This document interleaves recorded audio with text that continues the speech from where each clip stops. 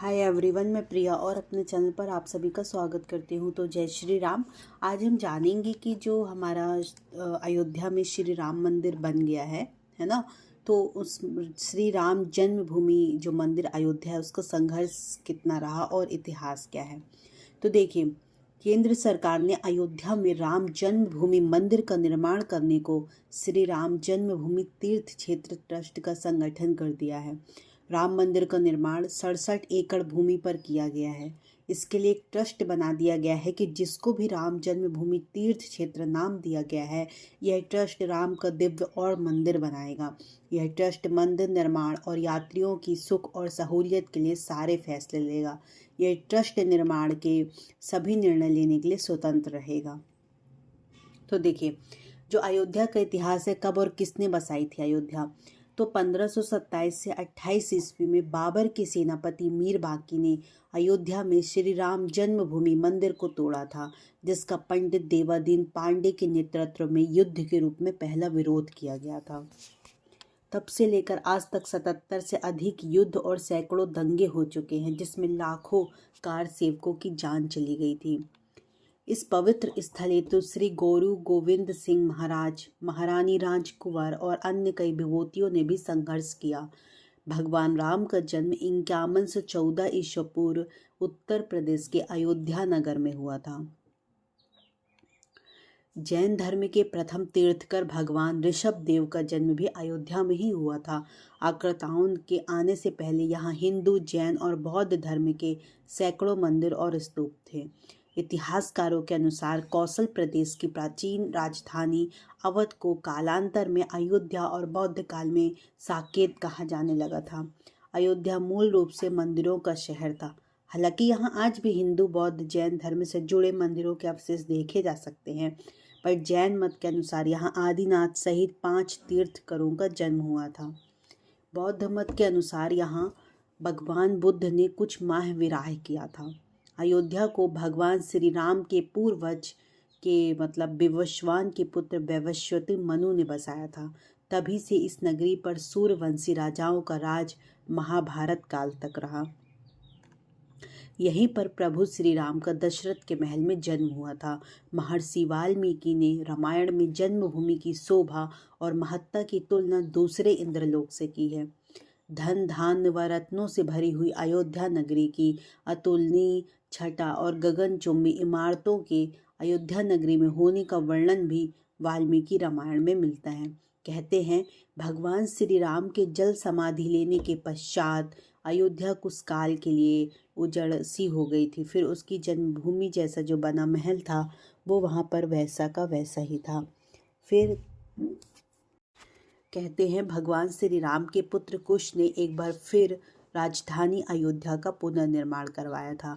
इस निर्माण के बाद सूर्यवंश की अगली 44 पीढ़ियों तक इसका अस्तित्व आखिरी राजा महाराजा बृहदल द्वारा अपने चरम सीमा पर रहा। कौशल राज बृहदल की मृत्यु महाराज युद्ध में अभिमन्यु के हाथों हो गई थी।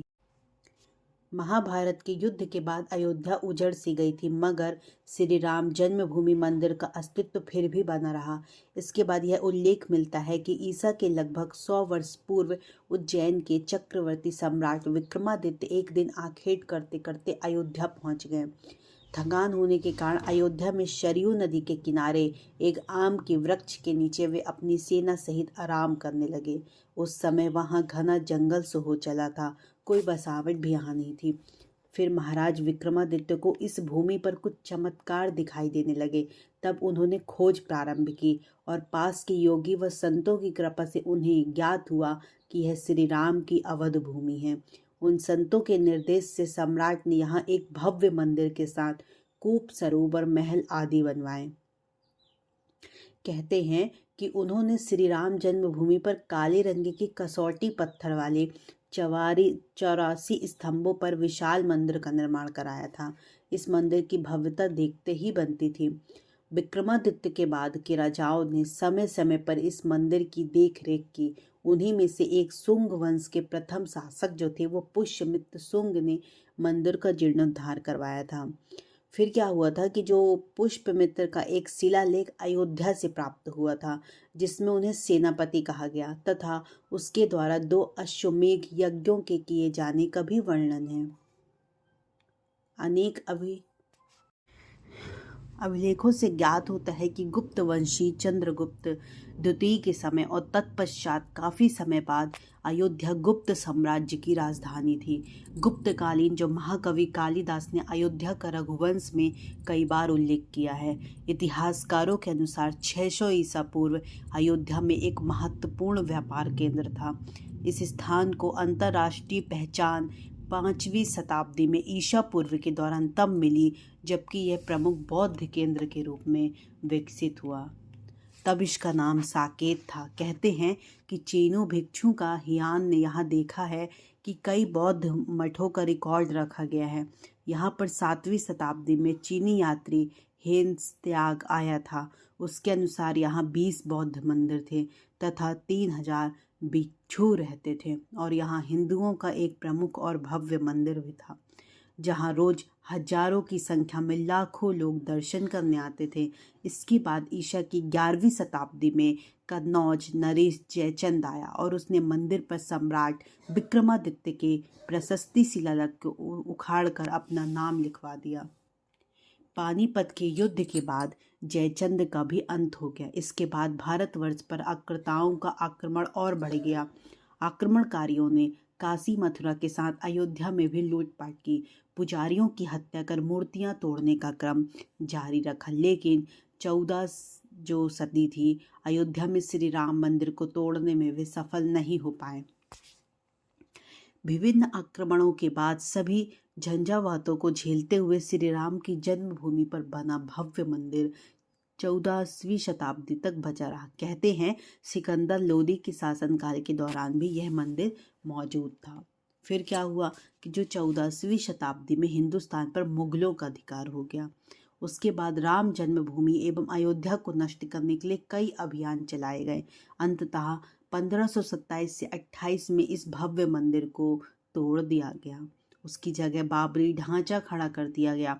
कहते हैं मुगल साम्राज्य के संस्थापक बाबर के एक सेनापति ने बिहार अभियान के समय अयोध्या में श्री राम के जन्म स्थान पर स्थित प्राचीन और भव्य मंदिर को तोड़कर एक मस्जिद बनवाई थी, जो 1992 तक विद्यमान रही।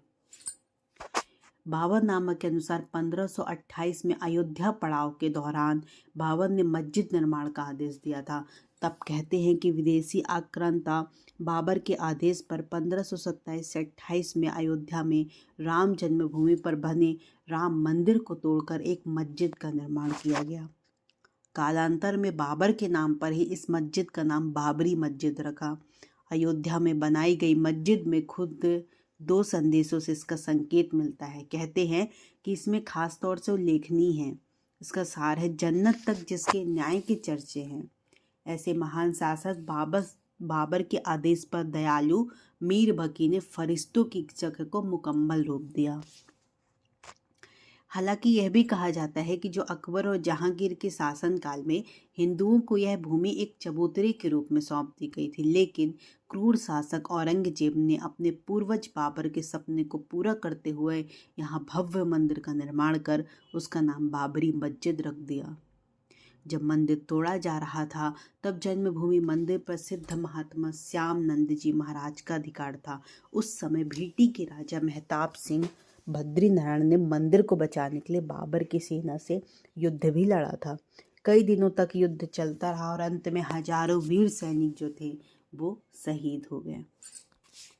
कहते हैं उस समय अयोध्या से 6 मील की दूरी पर सनेधु नाम के गांव के पंडित देवादीन पांडे ने वहां के आसपास के गांव शराय राजेपुर आदि के सूरवंशी क्षत्रियों को एकत्रित कर फिर से युद्ध किया। पंडित देवादीन पांडे सहित हजारों हिंदू शहीद हो गए और बाबर की सेना जीत गई। पांडे जी की मृत्यु के 15 दिन बाद हंसवर के महाराज रणविजय सिंह ने सिर्फ हजारों सैनिकों के साथ मीर बाकी की विशाल और शस्त्रों से सुसज्जित सेना से रामलला को मुक्त कराने के लिए आक्रमण किया, लेकिन महाराज सहित जो जन्मभूमि के रक्षार्थ थे वो सभी वीरगति को प्राप्त हो गए। स्वर्गीय महाराज रणविजय सिंह की पत्नी रानी जय राजकुमार हंसवर ने अपने पति की वीर गति के बाद खुद जन्मभूमि की रक्षा के कार्य को आगे बढ़ाने का बीड़ा उठाया। बट 3000 जो नारियों की सेना लेकर उन्होंने जन्मभूमि पर हमला बोल दिया और हुमायूं के समय तक उन्होंने छापामार युद्ध जारी रखा। स्वामी महेश्वरानंद जी ने सन्यासियों की सेना बनाई। रानी जयराज कुमारी हंसवर के नेतृत्व में यह युद्ध चलता रहा, लेकिन हुमायूं की शाही सेना से इस युद्ध में स्वामी महेश्वर जो नंद और रानी जयराज कुमारी लड़ते हुए अपनी बची सेना के साथ शहीद हो गई और जन्मभूमि पर पुनः मुगलों का अधिकार हो गया। मुगल शासक अकबर के काल में शाही सेना हर दिन के इन युद्धों से कमज़ोर हो रही थी तथा अकबर ने बीरबल और टोडरमल के कहने पर खस की ठाठ से उस चबूतरे पर 3 फीट का एक छोटा सा मंदिर बनवा दिया। अकबर की इस कूटनीति से कुछ दिनों तक जन्मभूमि में रक्त नहीं बहा। यही क्रम शाहजहां के समय तक चलता रहा। फिर औरंगजेब के काल में भयंकर दमन चक्र चलाकर उत्तर भारत के हिंदुओं के संपूर्ण सफाई का संकल्प लिया गया। उसने लगभग 10 बार अयोध्या में मंदिरों को तोड़ने का अभियान चलाकर यहाँ के सभी प्रमुख मंदिरों और उनकी मूर्तियों को तोड़ डाला,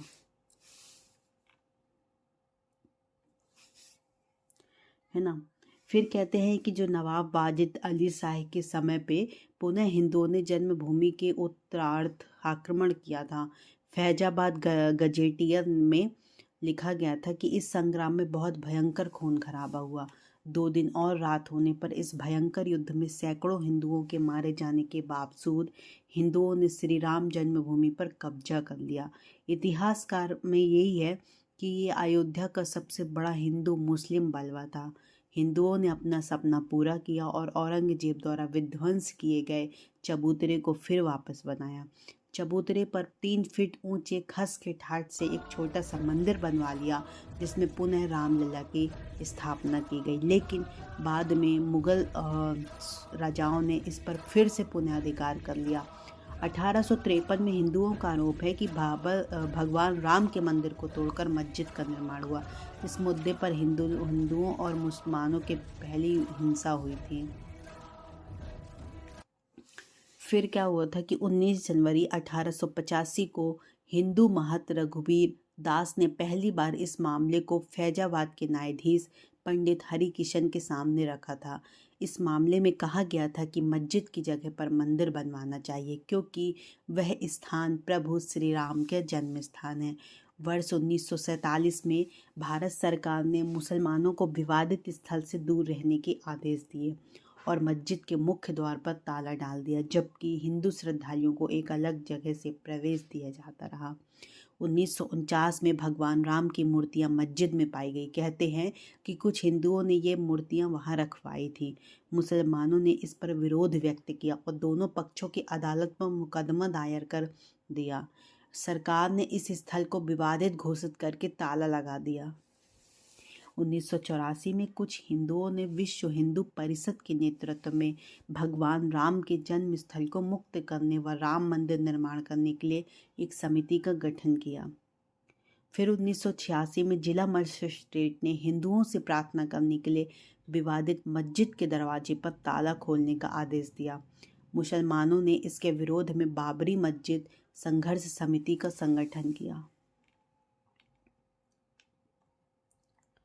फिर 30 अक्टूबर 1990 को हजारों राम भक्तों ने मुख्यमंत्री मुलायम सिंह यादव द्वारा खड़ी की गई अनेक बाधाओं को पार कर अयोध्या में प्रवेश किया और विवादित ढांचे के ऊपर भगवा ध्वज फहरा दिया। लेकिन 2 नवंबर 1990 को मुलायम सिंह यादव ने कार सेवकों पर गोली चलाने का आदेश दिया, जिसमें सैकड़ों राम भक्तों ने अपने जीवन की आहुतियां दी। सरयू तट राम भक्तों की लाशों से पट गया था। इस हत्याकांड के बाद अप्रैल 1991 को उत्तर प्रदेश के तत्कालीन मुख्यमंत्री मुलायम सिंह यादव को इस्तीफा देना पड़ा। इसके बाद लाखों राम भक्त 6 दिसंबर को कार सेवा हेतु अयोध्या पहुंचे। 6 दिसंबर 1992 को बाबरी ढांचा ढा दिया गया, जिसके परिणाम स्वरूप देश भर में दंगे हुए। 6 दिसंबर 1992 को जब विवादित ढांचा गिराया गया, उस समय राज्य में कल्याण सिंह की सरकार थी। उस दिन सुबह करीब 10:30 बजे हजारों लाखों की संख्या में कार सेवक पहुंचने लगे। दोपहर में 12 बजे के करीब कार सेवकों का एक बड़ा जत्था मस्जिद की दीवार पर चढ़ने लगता था। लाखों की भीड़ को संभालना सभी के लिए मुश्किल हो गया था। दोपहर के 3:40 पर पहला गुंबद भीड़ ने तोड़ दिया। फिर 5 बजने पर जब 5 मिनट वक्त बाकी था, तब तक पूरे का पूरा विवादित जो ढांचा था वो जमी दोज हो चुका था। भीड़ ने उसी जगह पर पूजा अर्चना की और रामशिला की स्थापित कर दी। पुलिस के अलावा अधिकारी मामले की गंभीरता को समझ रहे थे। देखिए, गुंबद के जो आसपास मौजूद कार सेवकों को रोकने की हिम्मत किसी में नहीं थी। फिर मुख्यमंत्री कल्याण सिंह का साफ आदेश था कि कार सेवकों पर गोली नहीं चलेगी। चलिए, तो जो हमारी अयोध्या श्री राम जन्मभूमि है ना, और अयोध्या का संघर्ष जो था वो बहुत ही बड़ा था और इतिहास जैसा कि मैंने आपके साथ शेयर किया। आई होप आपको पसंद आया होगा। अगर आप नहीं जानते होंगे तो आप सनातन धर्म से हैं, है ना, और जानना बहुत ही ज़रूरी है कि एक्चुअल में वो जो हमारा मंदिर था वो पहले श्री राम जन्मभूमि पर वहाँ पे श्री राम का ही मंदिर था, और कुछ लोगों ने मतलब मुगलों ने लूटपाट से वहाँ पे बाबरी मस्जिद बनवा लिया था। चलिए, आई होप आपको बहुत पसंद आया होगा, तो ज़्यादा से ज़्यादा लोगों तक शेयर करें और हमारे चैनल को सब्सक्राइब भी करें। Thank you.